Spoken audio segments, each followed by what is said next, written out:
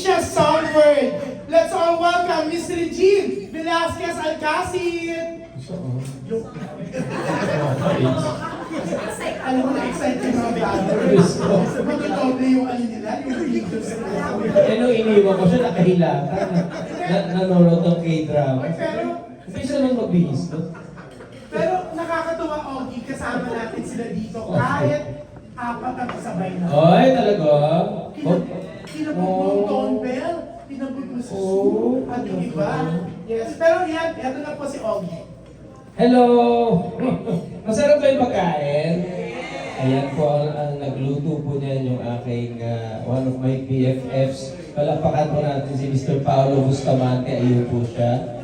And incidentally, siya rin po ang director ng concert natin. So, kaibigan kami since bata pa kami, grade school. So, masarap daw pagkain mo, pare. Ayun. So, thank you so much for coming over. Sabi nga ni Julian namin yung press ko na pwede punta today, pero inunan yun nandito. So, maraming salamat po sa inyo lahat. So, gaya na sinabi ni June 19 and 20, meron akong Father's Day concert sa Proscenio. Ito po ay sa Rockwell. At gusto ko sana makipag-celebrate sa lahat ng mga tatay dito sa Pilipinas to celebrate Father's Day. Kaya nag-isip ako ng concert na ang tema a Father's Day concert. So, mga kakatayin ko dyan yung mga kinakanta ng mga tatay, di ba? Yes, Pero okay sa Proscenio to, alam mo, ang maganda sa Proscenio, very intimate siya. Yes, so parang talagang, anong kapasra? 700 na? 700 something. Tapos, so parang talagang parang kayo-kayo nandun. Pero ang ganda rin kasi ng yung seating na yung design nila. Yeah. So, Kasi nung Valentine's Day, Valentine's season, nag-concert kami doon ni na Mr. C, tsaka ni Celeste Legaspi, tsaka ni Basil Valdez. Kung nagpe-perform ako, nagustuhan ko yung vibe nung place, no? Tapos i-introduce din sa akin yung Proscenio, ng kaibigan ko si Beaver Lopez. So, nagustuhan ko talaga yung lugar. So, ito yung aking first concert dyan sa Proscenio. Mukha ng pogi. Okay. Pero alam mo, yun nga, grabe, no? Dati kasi talagang nagkaubusan ng ticket, ikaw mismo, wala kang mabigay. Tapos, si Reg, hindi mo nakasama ng first day kasi walang ticket. Wala. Grabe, oo. So, eto nagkakaubusan na po kagabi. May bumili ng nagpapakuha ng 100 tickets. Wow, sino ba yan? Nadaanan mo lang siya. Love ko kasi yun. Pakisabi. Thank you. Sabi ni Tita Annabelle, sige, I'll get 100 tickets. Wow. Gawin na yung 400. Pero, hindi pala kayo nagkaintindihan. Bakit? Kala niya, lottery ticket. Hindi, pero joke lang. Pero eto, nagkakaubusan ng tickets, kaya dapat agahan nila, di ba? Yes. Lalo na yung sa 20th, no? Sold out na, di ba? Malakas yung 20. Pero eto, simulan na natin ang ating Q&A. Hindi na natin patatagalin dahil marami silang lagari. From here, meron silang isang lagari na So, unahin na natin to start. Miss Natalie Tomada. Hi, Natalie! Natalie Tomada. Asan yung mic natin? Tatlong mic. Yes, I'll come out Tomada. Asan yung isang mic? Pakibigay mo. Dollar. Yan, si Ogie Narvaez Rodriguez ang tutulong sa There'll be atin. sun. Asan yung isang Thinking mic? about Natalie Tomada. Natalie, then Bobby. Natalie, asan yung isang mic? Tatlo to eh. O, nasan daw yung isang mic? Tatlong mic eh. Asan yung isang mic? May announcement po. Akala niyo lang po walang CCTV. Hidden po ang CCTV. I-reviewin. Kaya, hindi. Asan na isa pang mic? Dalawa lang daw.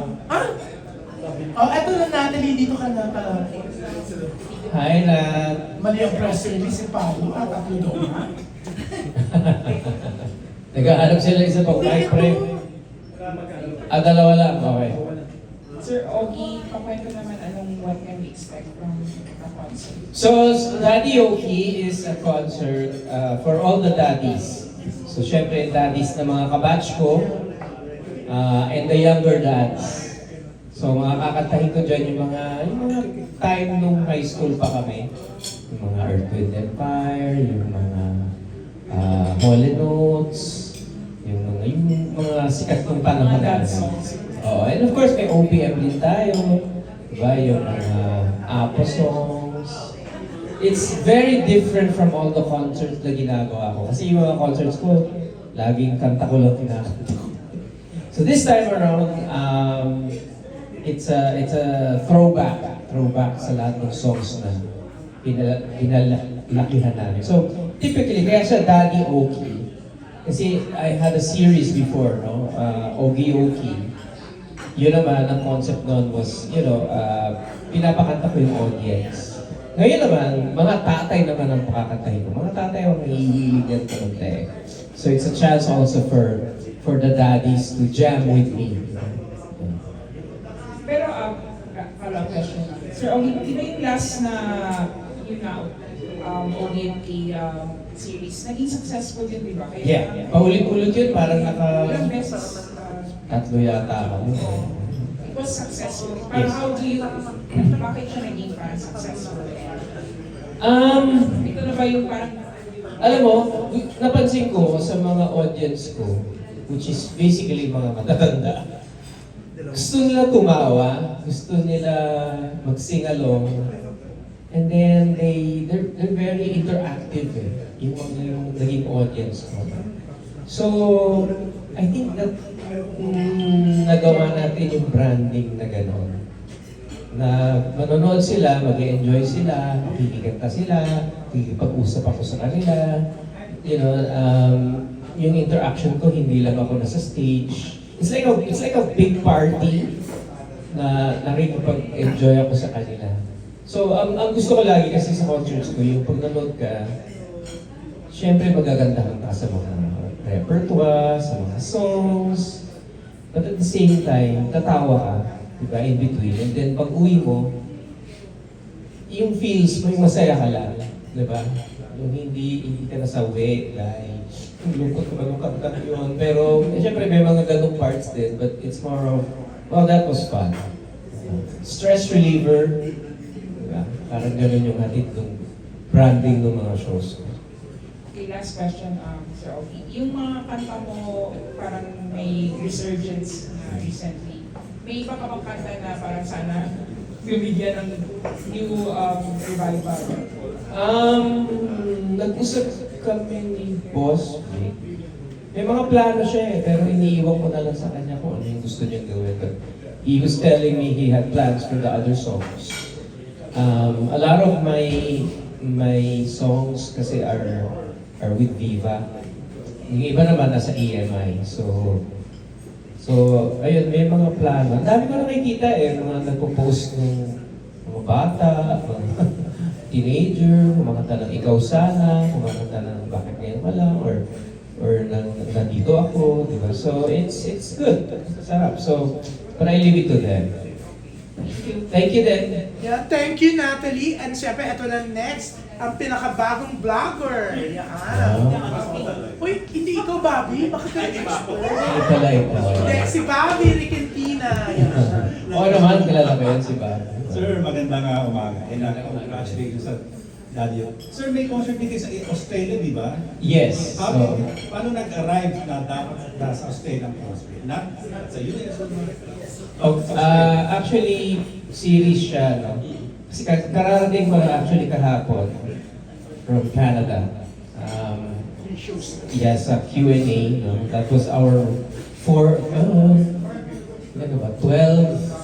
show na ba? 14. 12th show. So, I wanted to start this Nandito Ako series after Daddy Okie, which I will start in Australia. And then hopefully may naayos kami sa Canada sa November, and then maybe next year. So, and then hopefully sa US. So, I'm touring the Nandito Ako series also. Sir, Daddy Yoki yung concert sa Paris Day. What's the most difficult part about being an act? Oh, All this time. I love that question.